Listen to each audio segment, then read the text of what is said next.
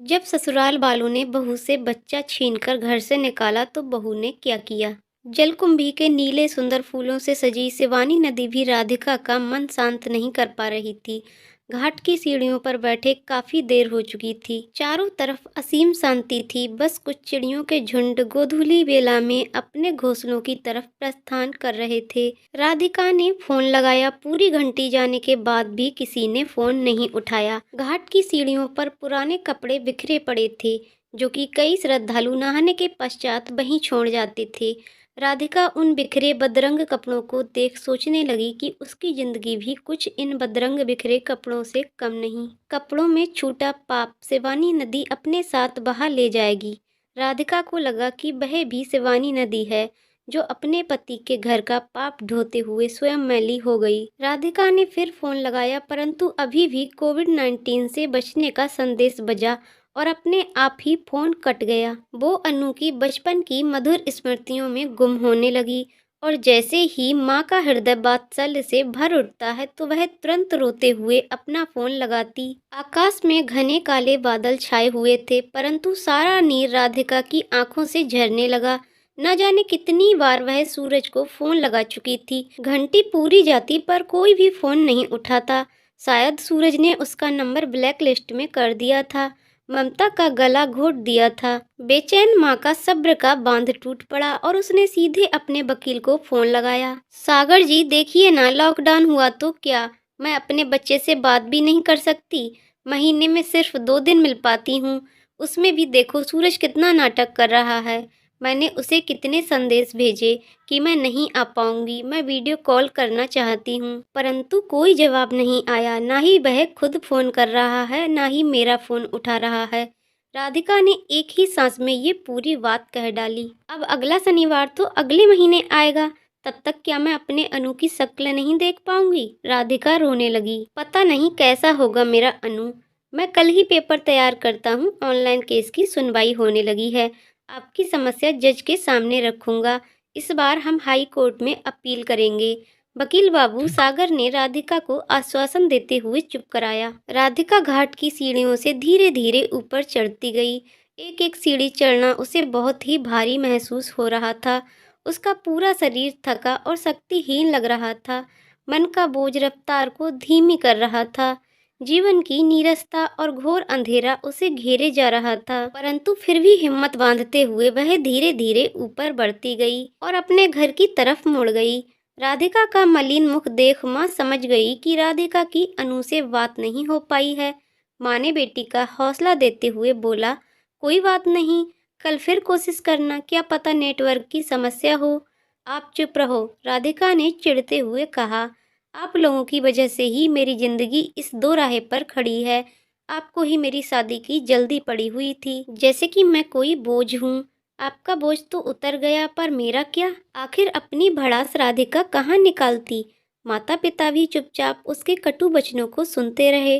किसी की तनिक हिम्मत न हुई कुछ बोलने की। पढ़ी लिखी समझदार बेटी का कहना ना मानकर, उसकी इच्छाओं का गला घोटकर उन्होंने सिर्फ सच में ही अपना बोझ हल्का किया था। इन सब के लिए कहीं ना कहीं वे स्वयं को जिम्मेदार मानते थे।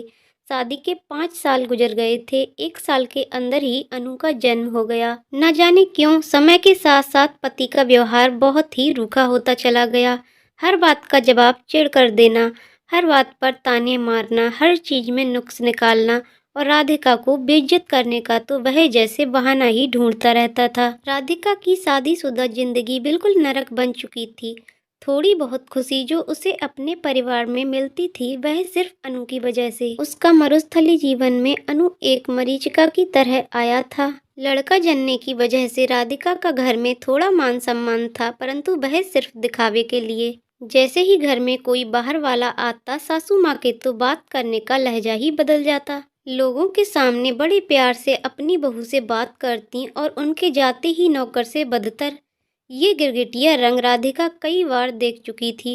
राधिका अपना दुखड़ा बताती भी तो किसको, जब दोस्त की तरह साथ निभाने वाला पति ही दुश्मनों जैसा व्यवहार कर रहा था, तो दूसरों से तो कोई आशा की उम्मीद ही नहीं थी। सासू माँ का ख्याल था कि इकलौती बेटी होने के कारण राधिका के घर वाले बेटी को गहनों और कपड़ों में तौल देंगे। साक्षात लक्ष्मी बहू का रूप धारण कर अकूत संपत्ति लाएगी। दोनों ननदों का बेड़ा पार हो जाएगा। पढ़ी लिखी, धनवान, गुणवान, सीलवान और सीधी सादी बहू की इच्छा किसे नहीं होती।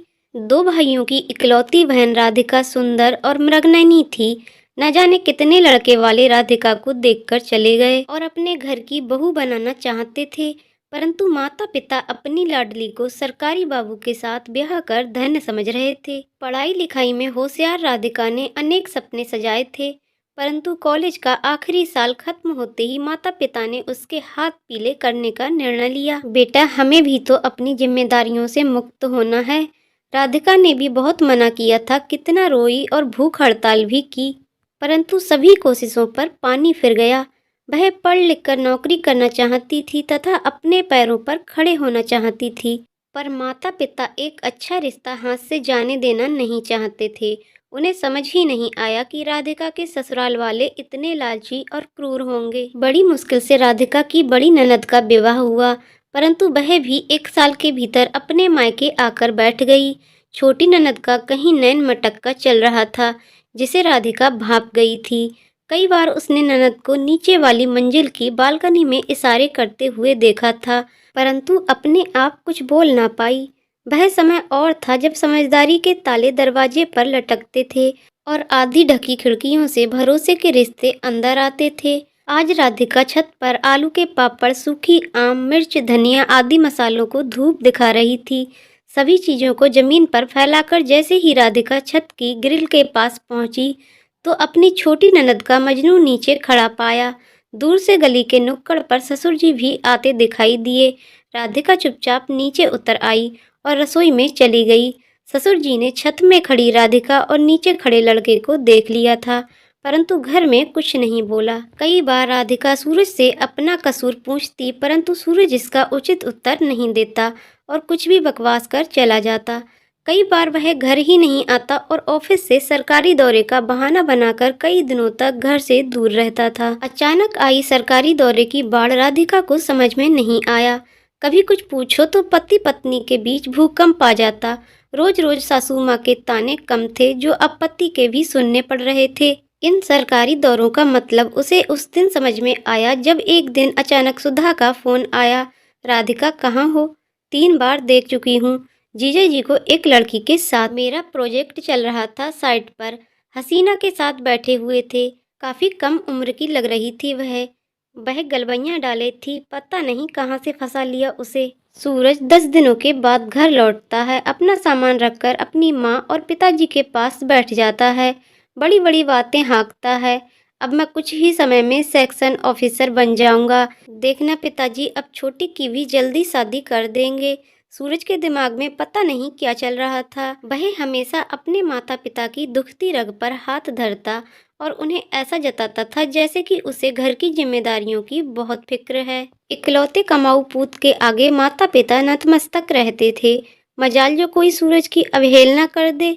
उसकी बोली गई हर बात पत्थर की लकीर होती थी और कोई भी उसे नाराज नहीं करना चाहता था। पिता को बहुत कम पेंशन मिलती थी, जो कि अधिकतर उनकी दवाइयों में ही खर्च हो जाती थी। पिता सूरज को घर पर ही ध्यान देने की हिदायत देते हैं। ऐसा नहीं था कि पिताजी को सूरज के रंग ढंग पता ना हो। पूत के पांव पालने में ही दिख जाते हैं, परंतु स्वयं कौन अपने सोने को खोटा बोले। रात को राधिका और सूरज के बीच कहासुनी हो जाती है। तुम्हें क्या मैं बेवकूफ़ नजर आती हूँ? मुझे सब पता है तुम्हारा क्या चल रहा है, राधिका ने चिल्लाते हुए कहा। जब तुम्हें मुझसे कोई मतलब ही नहीं तो मैं तुम्हारे घर में क्यों रहूं? सूरज थोड़ा घबरा जाता है, परंतु आज वह राधिका से ज्यादा कुछ नहीं बोल पाता और चुपचाप अपना तकिया, बिस्तर, मोबाइल फोन लेकर छत में चला जाता है। राधिका ने अपने सास ससुर को पति के कारनामे बताए, परंतु उल्टा ससुर ने ही राधिका को अपनी हद में रहने की हिदायत दे डाली। राधिका कुछ बोल नहीं पाती, बस अंदर ही अंदर छटपटाहट महसूस करती है।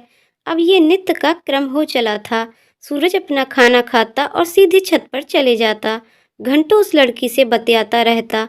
धीरे धीरे इस घुटन में राधिका का शरीर घटने लगा। वह अपना मानसिक संतुलन खो बैठी।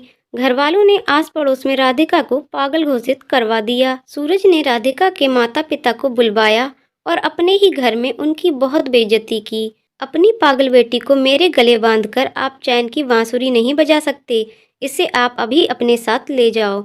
हमें इसकी कोई आवश्यकता नहीं। सूरज की माँ का पारा 7वें आसमान पर चढ़ गया था। इसको शर्म नहीं आती, अपने पति पर झूठा इल्जाम लगाती है। यही तो ये चाहती है कि हमारा खानदान बदनाम हो जाए और इसकी ननद घर पर बैठी रह जाए। उसके लिए कोई भी अच्छा रिश्ता न आए। राधिका के माता पिता उसे घर ले आते हैं, पर अनु के बगैर। कुछ ही दिनों में सूरज तलाक के पेपर भिजवा देता है, जिसे वह पहले ही तैयार करके बैठा था। बस एक अच्छे मौके की तलाश में घूम रहा था।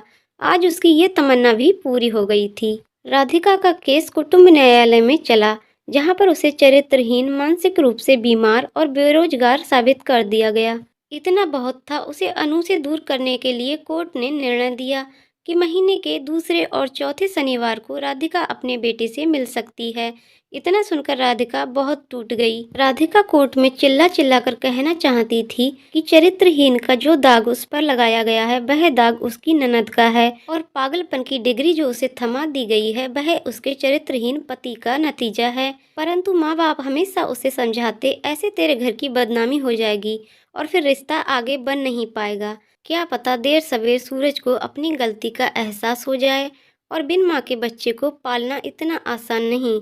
वह जरूर तुझे वापस ले जाएगा। परंतु राधिका वापस जाना चाहती है या नहीं, उसकी इच्छा का कोई मान नहीं था। राधिका धीरे धीरे माता पिता की देखरेख में ठीक होने लगी थी।